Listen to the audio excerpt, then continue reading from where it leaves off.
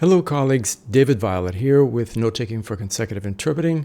What follows is portions from one of our practice sessions. We have practice sessions 2 or 3 times a week, 9 p.m. on Friday and noon Saturday, and sometimes noon Sunday, Eastern Time, New York time. And what follows is mainly me, because I don't want to reproduce what the others are saying or show them, because I don't want them to be inhibited by the thought that they'll be in public. So it's just me giving some commentary, and it gives you a feel for what happens in our practice sessions. And if you would like to join us, I think you'll find it to be very positive, very productive, kind of fun. We learn a lot, and I just love it. The participants, they seem to love it, and I see, as you will see as you watch this, the progress. The people who today are saying, I'm not going to do it. I've never done this before. I don't want to make a fool of myself. I mean, that's what they're thinking, and sometimes they say it. Well, a few months later, they are the ones who are doing an amazing interpretation. I mean, not an amazing interpretation, but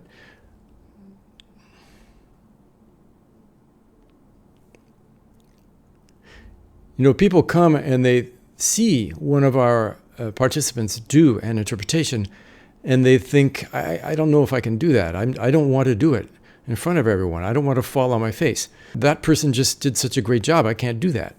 Well, a few months later, maybe 6 months or a year later, that very same person is the one doing the interpretation that was so admirable, and which will be so admirable to the other people who have newly arrived. Anyway, it's something I'm very happy about. I think you'll love it if you want to improve your interpreting, mainly your consecutive with notes, but we address all aspects of interpreting almost. I want to add right now that we are having a discount. All of the courses and these practices are 25% off if you use the coupon code, which is 2023 ready, and you enter it into the sign up for my school for this practice or for the other courses. And you can find links to that below. What I would recommend, Sijing, is after having gone through that, you can then go with her and look at her notes. So let me do that. Wang Ying. So there was a list, it's true. Lunch, it was after lunch or before dinner. There was nothing in particular to celebrate. And these candies are practically pure sugar, and we were just in a car. So Wang Ying, so you probably had, apparently you had 3 of them. Not the 4th one. Actually, it was number 2, I think. But when you look at your notes, what do you see? Okay, so do you feel like you hit the end of the list and you said, "Oh shoot, I forgot to say number 2, but I don't think it's important. I'll keep going." Is that the idea? Okay. So what we know is you heard it, you understood it, you even noted it. So you're 3/4 of the way there, and what we want to do is do a little bit of analysis like this and see where we have a weakness. And so, Wang Ying, maybe you have a slight weak point there when it comes to being sure of yourself, or taking the time to say, "Oh, wait a minute, I'm going to be complete. I have this. Let's give it to them." What do you think, Wang Ying? Do you think that's accurate? Okay, and then the one about crazy. Do you see that? It's right after she says. Okay, so in both cases, the one about crazy and the one about remembering, you remember having heard that, right? And you have it in your notes. So we know it's not a problem of understanding the English. We know it's not a problem of note-taking. It's a problem, and it's a repeat problem, we now know, right? There's 3 times you heard it, you have it written, and now that you're reminded, you remember. The whole idea behind the notes is to jog your memory and remind you of what you actually remember having heard. So you're 90% through. It's just in the delivery phase that you had a slight wobbly, right? So I'm just going through this part of it is we all need to see what went wrong so we can say, okay, next time I know that I heard it and I've even got it right before my eyes, I'm going to say it. I'm not going to fall down on this again. So it's good to do this little analysis. That's why I'm doing it now. So when you internally start getting feedback from people, you should do that and when you're giving feedback, also maybe try to go through this a little bit the way I am. Okay, so that's my comments. Angel, I see you have your hand up. Please go ahead. Yeah, I think we do need to acknowledge that was very complete, very good. Congratulations for your first time in the. You got the description of the bag, the color of the bag. You got all kinds of things that were quite detailed. So, congratulations. That was an excellent interpretation. Yeah, it was. Jesse. Such excellent comments. I wanted to also acknowledge, thank you, Angel, for having written verbatim what was said. That's something I always recommend, and you actually did it. You came out with her rendition, which lacked an article, I noticed. So you were sort of talking about a point of form. And I also really like what Young May just said about the performance, and Jesse also said that speaking from your knowledge is the best way to really catch everything and connect with your audience. And so not from your notes, but from your knowledge. And therefore, for example, as Jesse said, from the description, from the picture. So let me see if I can kind of do it. And I wanted to add something that somebody told us in interpreting school. Smiling helps. It doesn't matter if the person didn't smile that much. Your smile as an interpreter kind of communicates, I'm with you, I'm trying to get this to you, and let's do this together. You're listening and I'm speaking. So it's not portraying the speaker if you smile a little bit and the speaker didn't smile, in my view. So let me try it. So one day after school, my mother came and she picked us up, and there was a big surprise. She stops. She starts fiddling through her purse on the dashboard, and she finds this yellow bag. She keeps looking in there, and then she pulls out these candies. And I'm thinking, wow, this is so unusual. We never have candies on a day like this. Okay, so I'm sort of just making it up again, right? So I'd admit that it wasn't actually accurate, but I had sort of this feeling of telling a story and connecting with you, and I didn't really have a smile, but sort of a smile, sort of a little bit of a smile, right? And I do recommend that trying. In fact, I was told when you take your exams, it might be positive to have a little bit of a smile. It's well, in French they would say séduire.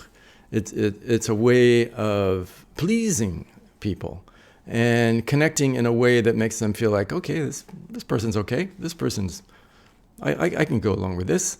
And it might help them to forgive any other things. So do think about the smile.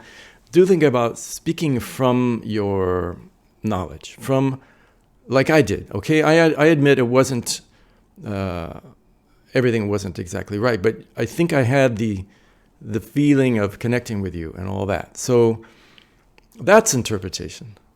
If you get that part down and you forget to say that it was a yellow bag, I think that's probably better than getting the color, but not really connecting and looking at people and using your oratory art to get the message across.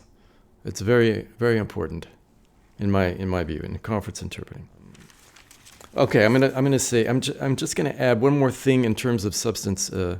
Wang Ying, there was when she says I felt like I was in a club, and you communicated that it was a good feeling, but she said something like it was the coolest club possible, and so what I have is underlined twice and POSS to remember that she heaped on the superlatives at that point. So, and this is a technical point about note-taking. So my notes have actually the word cool all the way out, all the way written, underlined twice to say a superlative, coolest, or at least super cool, very cool, I can't remember. And a P-O-S-S. Okay, that's a lot of writing, but I felt like she was emphasizing this a lot, and so I didn't want to forget it. So Wang Ying, what did you have in your notes for that, for the club? So try to acquire this reflex when they really emphasize it. You know, I think everybody confirmed or somebody nodded that she did say something like that, the coolest club possible, or an incredibly cool club, or wow, what a club, something that was quite strong. So use what I teach in the class, which is underline, right? Okay, that's, I guess, the end of my commentary. Any more? Anybody else?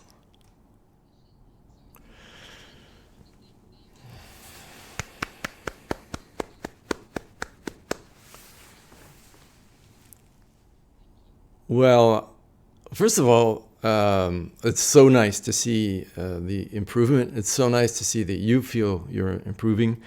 And actually, I think some of the people who are new here now are looking at you as one of those who did an amazing interpretation. It was very complete, got almost every detail and the feeling and everything. So Wang Ying, congratulations. And it was a professional interpretation.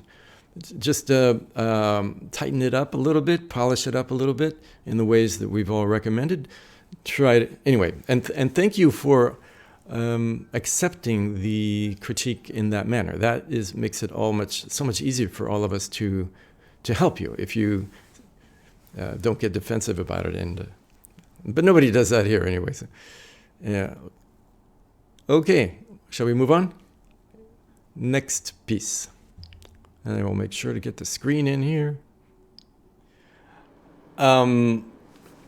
Sometimes it may not be possible to get everything, but I do have a recommendation. When you have a list that starts getting way too fast, at least put a bullet point for each item. And let's say, okay, the dictator timer has brought us all back here in mid-sentence, and I was answering a question of sort of general interest. How do you deal with a list that comes along so fast that you can't get everything? It is true that you may not get everything in a list. The main strategy in the note-taking is to be aware of what's happening. Okay, so here comes a list. I'm not getting everything. So what I recommend is at least have a space holder for each item. So that would be a bullet point. Boom, boom, boom, just a dash to show, okay, here there was something. Maybe it'll be said again. Maybe I'll remember in spite of not writing anything, but at least I know here was something. Later, when you come to that, you may have to mention the ones that you actually got, and then say, among others, to let them know that there are more, and they can ask, or at least they will understand that it's not a complete list. So one strategy, so that's the strategy. And also I mentioned in the breakout room, be aware of what's happening. So, okay, here comes a list, and I don't want to miss the next point because I'm doing this list. So that's sort of what happened in the room I was in. So the person who gave the interpretation got absolutely every item, which was amazing, but it was concluded that perhaps the next item was weak, and likely he was concentrating on getting every item in the list. So be aware as this list comes to not sacrifice the next point just to get everything in the list. You try to spread your attention out so that you're going, okay, there's an item here, got to get the check mark. Oh, he's saying that. Okay, I kind of got that in another part of my brain.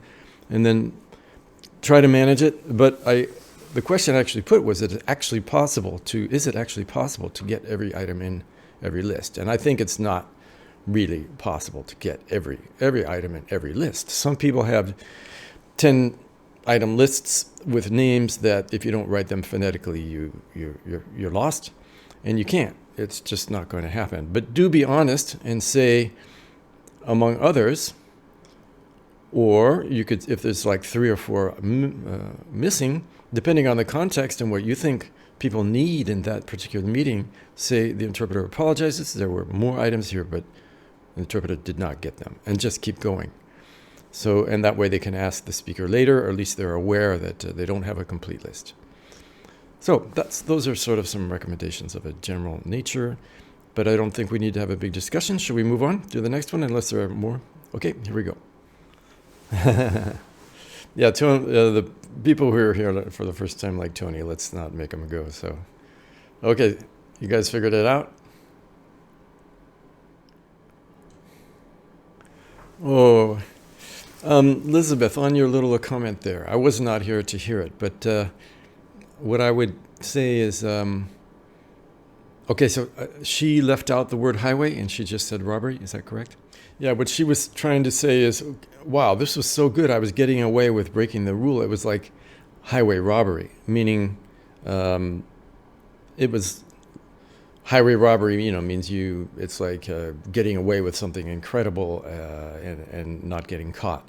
And okay, so what you're saying is that feeling that this was an amazing feat, an enjoyable feat, that was absent because she only caught the word robbery, but not that meaning. Is that what you're saying?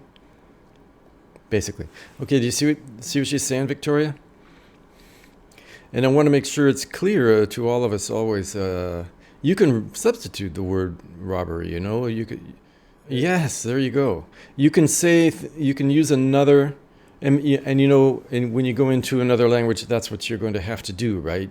The same metaphor or the same idiom will have to be said totally differently sometimes. So when we're doing our practice where we go back into English, keep that in mind. You're free to say it. In fact, it's a good exercise to say it in a different way, but make sure it's the same meaning. That's an excellent exercise. Sorry to be here and make you nervous.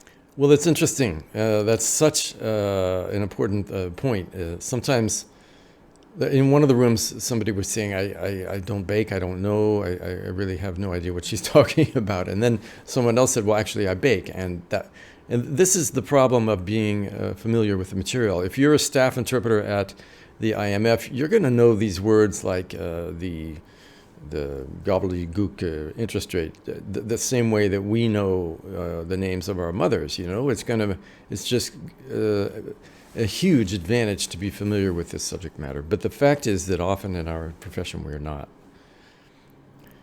Okay, we're beamed back to the main ship, and we will have time to do just one more. So let's make it a long one. It'll be about 4 minutes, although there might be applause at the end that takes up a half a minute. So anyway, it'll be 3 to 4 minutes, and here we go. Yeah, you're not taking too much time, Eric, but it's just that we have very little time. If I could chime in, Sinjin. So Eric, are you saying Sinjin is not an interpreter? Okay. I think Eric is correct. You have a natural ability. It was extraordinarily accurate. You have a knack for remembering and recording the whole thing, and you just rattled it off fast. You're made for this. And what you can do to improve is more the performance and expressiveness aspect. So to look at us and to tell the story a little bit as if it was your own. But you've got the story entirely there. And I agree with Eric. Some people just have this amazing ability to just record it all in their minds, and but you should definitely be working as an interpreter, in my opinion. And yeah, well, congratulations. Okay, I just wanted to say that before we had to leave the room. In fact, we're almost at the end of the day. Okay, we've reached the end. There's always everything has an end. I like to try to keep it on time, so I don't think there's anything urgent to address at this point. I do want to say we will have no sessions over the New Year's weekend. We will have none either, I think, on the Christmas Day weekend, unless maybe I will at the last minute tell you, okay, let's just do it, because actually I'm not traveling or anything. So, and we will have it next weekend, which is the one before Christmas. So we'll have, I think, Friday. I think this coming Friday, I probably can't make it. 90% I cannot make it. Sorry. Really welcome, Tony, and welcome, I want to pronounce it correctly, Sijin, right? Welcome, so glad to have you, and I can tell that people like Yang Jing are now becoming our mentors. So it only takes a few months here to people start to refer to you as the example to follow, and I am so happy to see all the progress. Any more points to make? Anything major to make? Welcome again to Tony and Sijing, and I will see you not Friday, probably not Friday, but Saturday, okay? Next weekend. All right, I'll see you guys. Have a good weekend. Have a good week. Bye-bye.